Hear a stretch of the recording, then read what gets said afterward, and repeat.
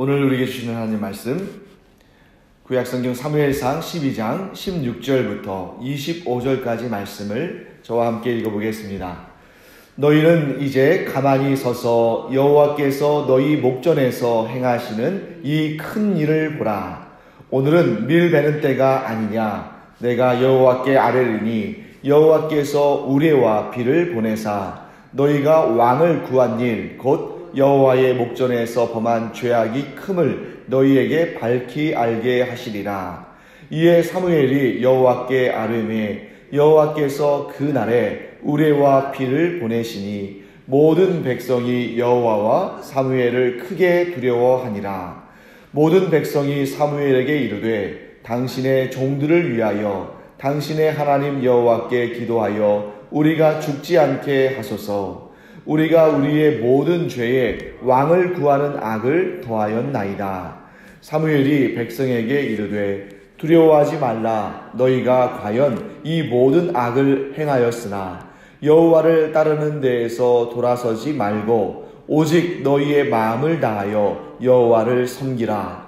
돌아서서 유익하게도 못하며 구원하지도 못하는 헛된 것을 따르지 말라.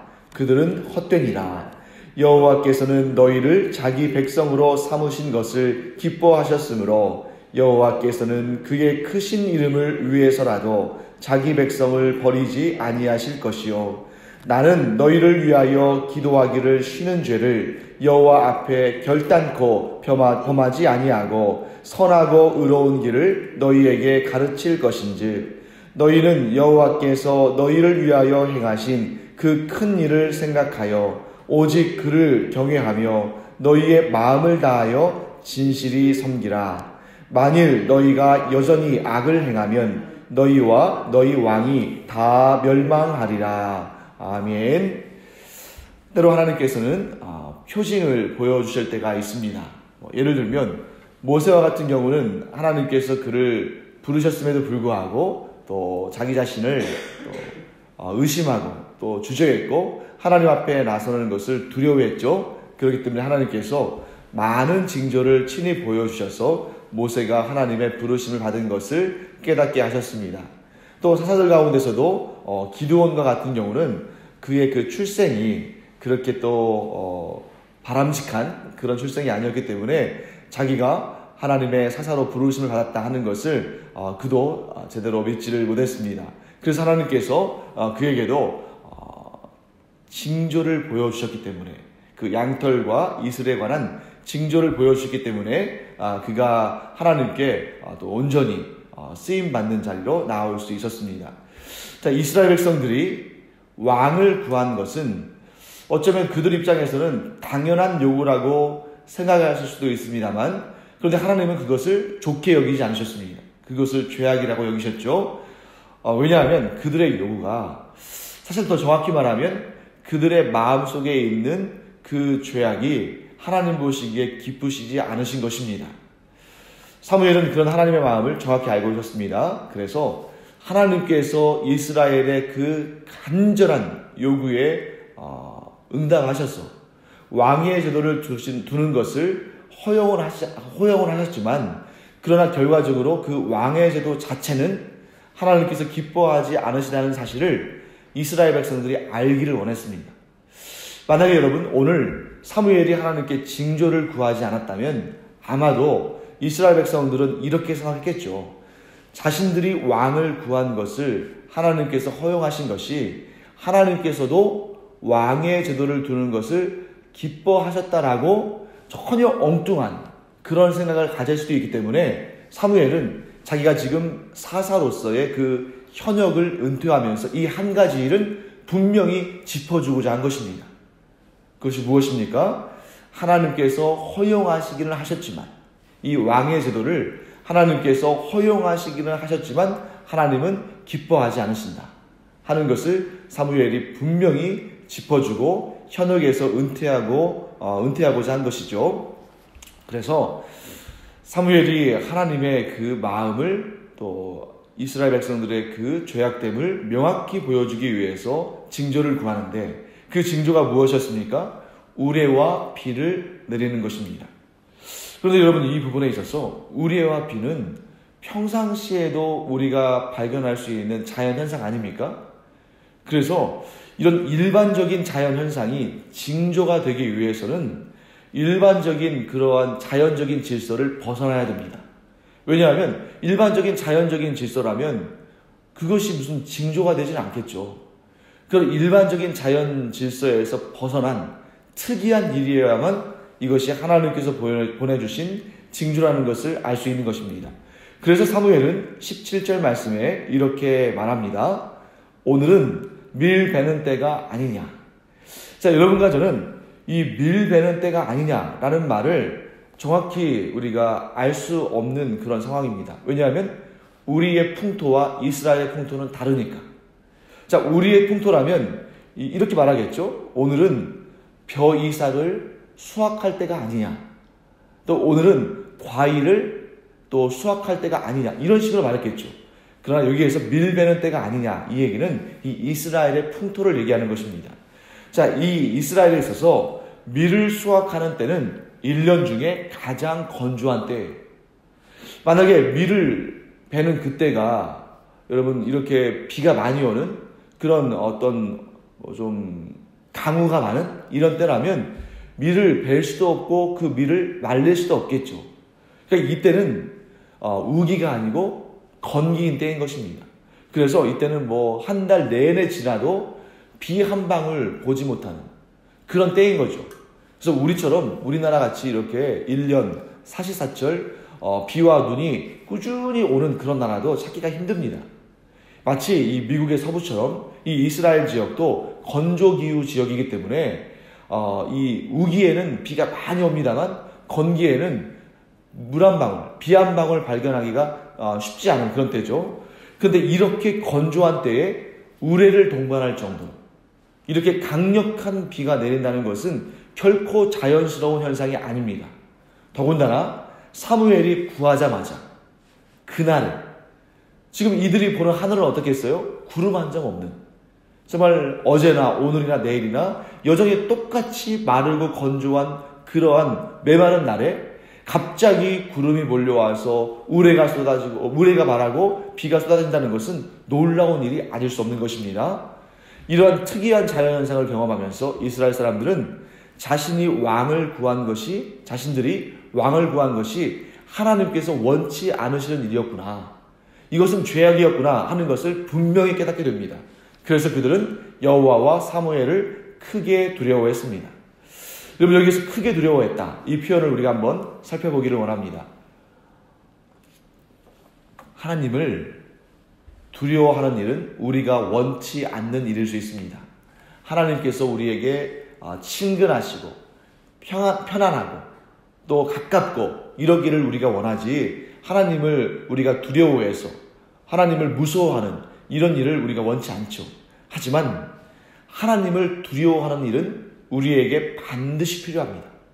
왜냐하면 우리 안에 죄악된 본성이 없다면, 우리 안에 죄성이 없다면 하나님을 두려워하는 일은 우리가 정말 피하고 싶은 일이죠. 하지만 우리 안에는 죄성이 있기 때문에 우리가 하나님 앞에 죄악에 빠지지 않기 위해서 하나님을 두려워하는 일은 꼭 필요한 일이에요.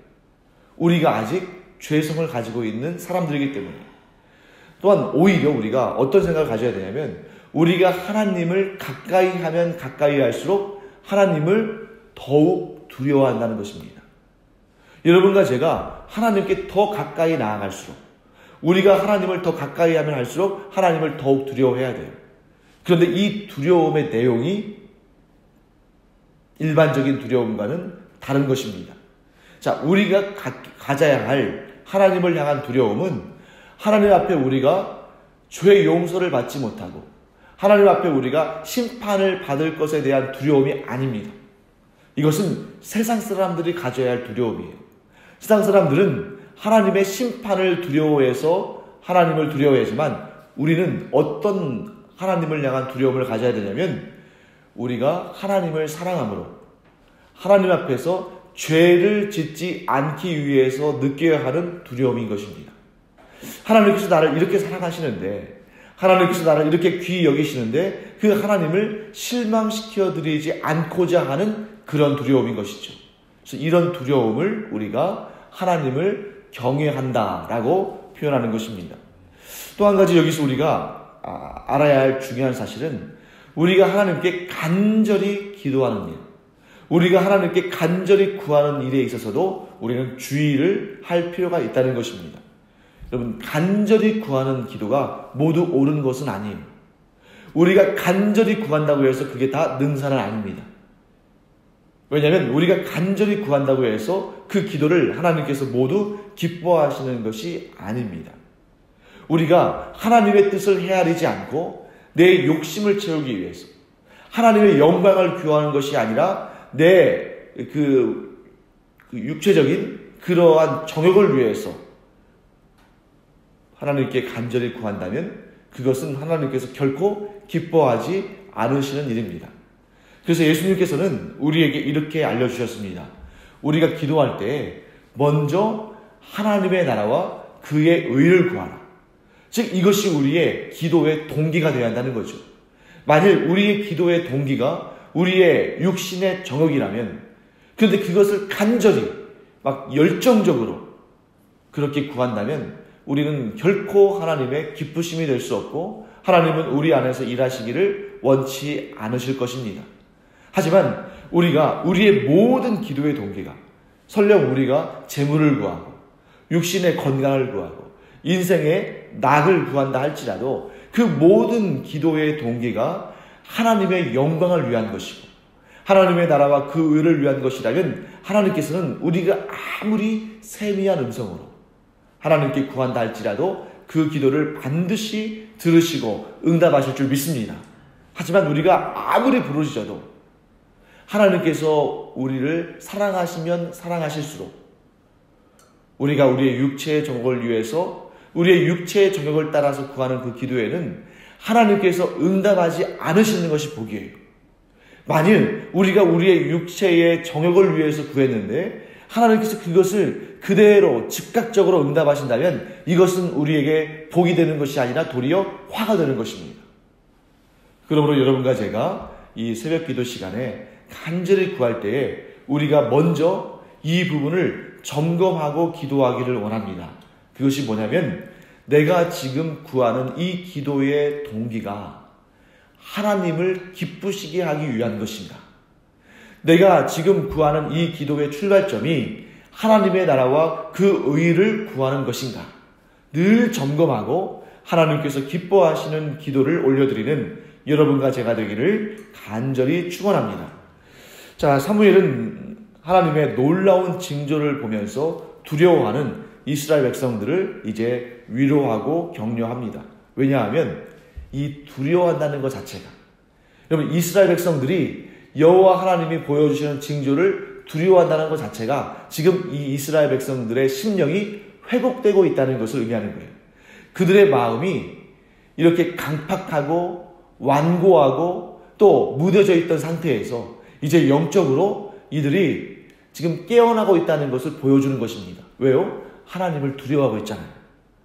자, 그런 마음을 확인한 다음에 사무엘이 지금 위로하고 격려합니다. 그래서 뭐라고 말하냐면 20절 말씀에 사무엘은 이스라엘에게 이렇게 권고합니다.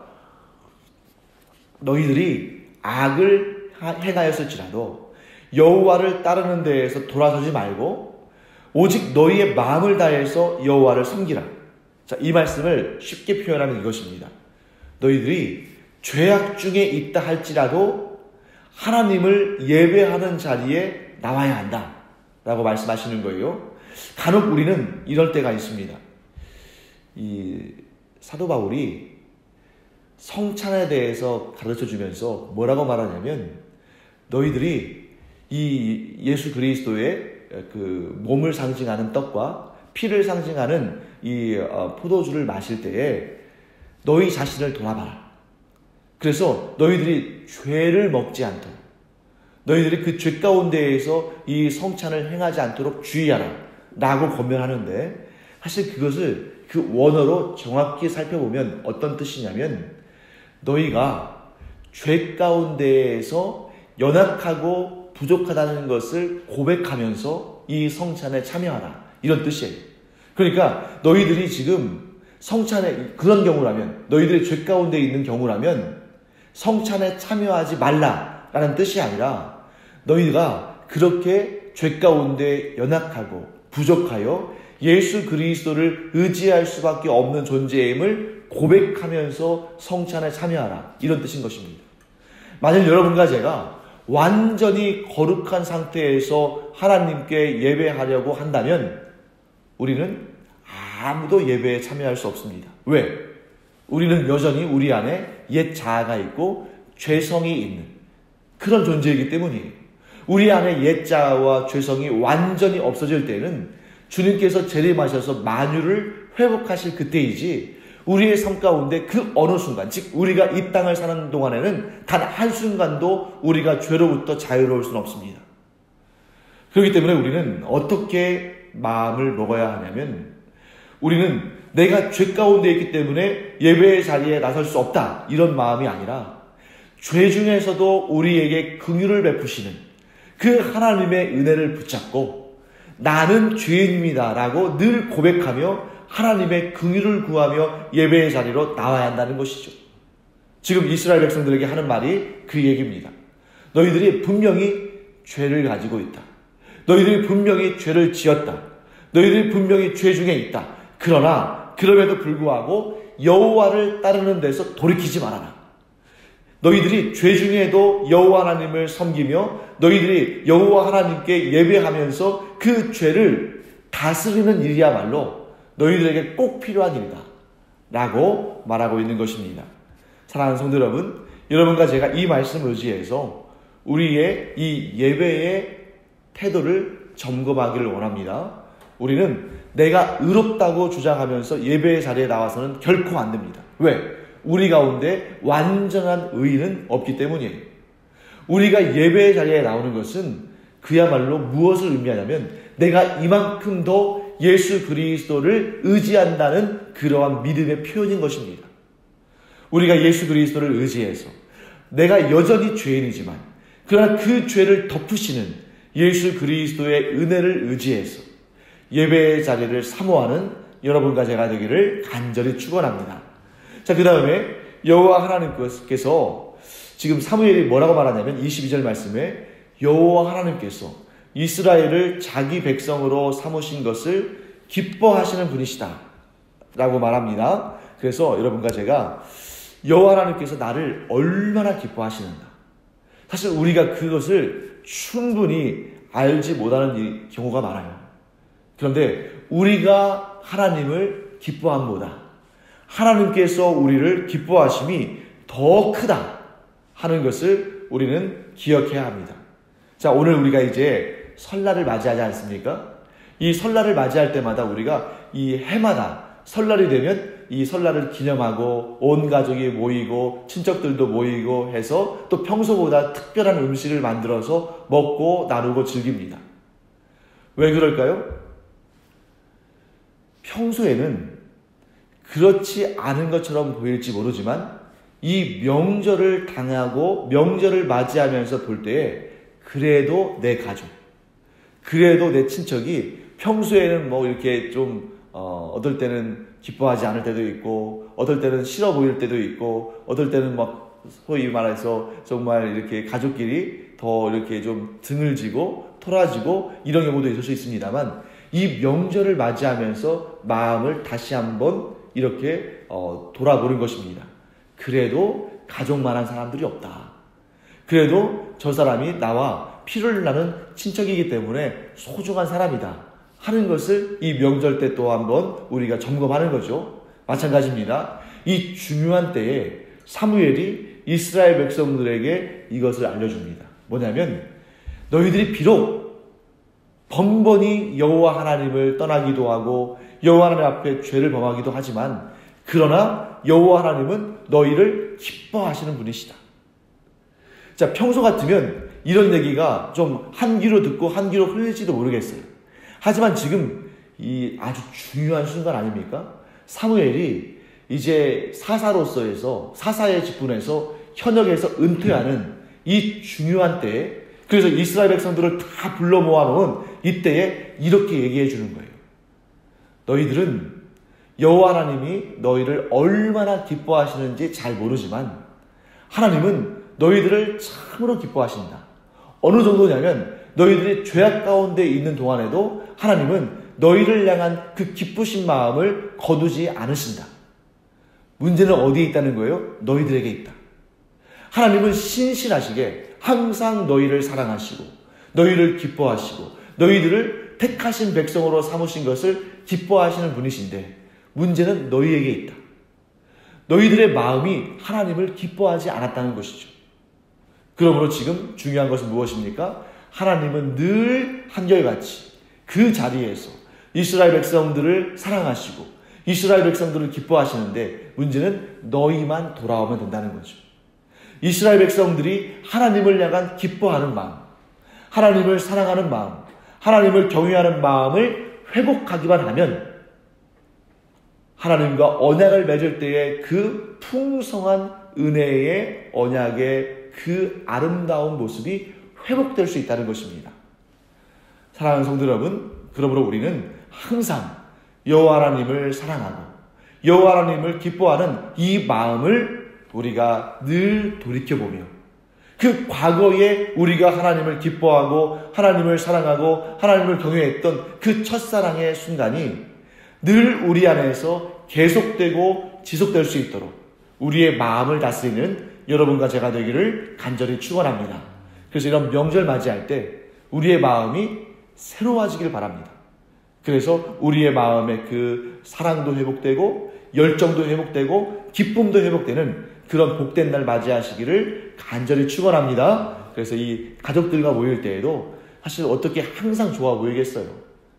마음에 안 드는 부분도 있고 또 우리 눈밖에 난 부분도 있고 또 그래서 그 관계가 소원할 때도 있고 그렇지만 이 명절을 계기로 다시 처음 만났을 때의 그 기쁨, 예를 들면 자녀를 출생했을 때 그 아기를 막 낳았을 때의 그 마음의 감격과 기쁨과 사랑, 또 며느리나 사위를 처음 맞았을 때 그때의 그 감격과 기쁨과 사랑, 이것을 이 명절을 통해서 다시 한번 돌이켜보고 그 첫 마음을 다시 한번 기억하고 다시 회복하는, 그래서 그 관계가 더욱 좋아지는, 오늘 이 이스라엘 백성들과 하나님 사이의 관계가 회복되는 것처럼 우리의 가족들과 친척들이, 물론 그 사이에 쌓였던 그런 많은 갈등과 불신과 또 미움과 다툼과 이런 것들을 다 털어버리고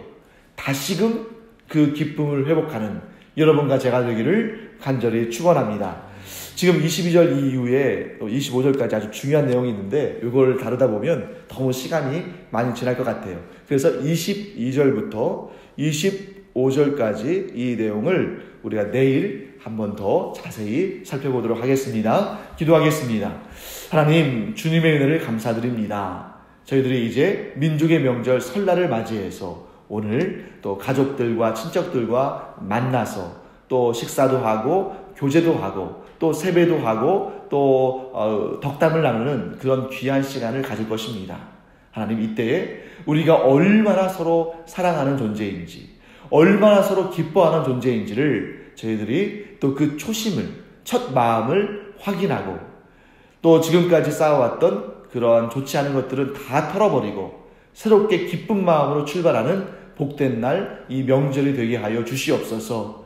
그래서 이스라엘 백성들이 사무엘을 통해서 하나님과의 관계를 회복한 것처럼 오늘 예수 그리스도 안에서 우리의 가족과 친척들이 그 아름답고 복되고 서로 기쁨이 되는 좋은 관계를 회복함으로 말미암아 우리 안에 하나님을 향한 기쁨과 감사가 충만하게 하여 주시옵소서.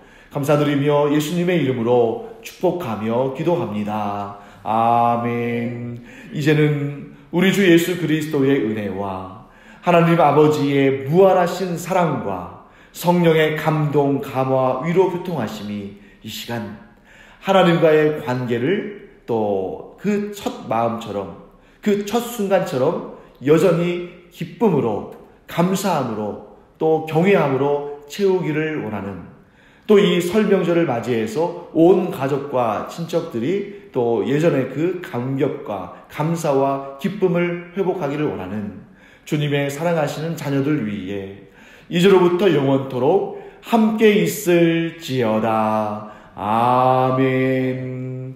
이 시간 우리 기도할 때에 이 설날 맞이해서 우리의 가족들과 친척들을 축복하는 마음으로 기도하기를 원합니다. 또한 여러분들의 축복이 하나도 땅에 떨어지는 일이 없이 모두 하나님께 연락되어서 다 이루어지고 설령 우리가 기도하지 못한 부분까지도 하나님께서 충만한 은혜의 응답들로 채워주시기를 축복합니다. 기도하겠습니다.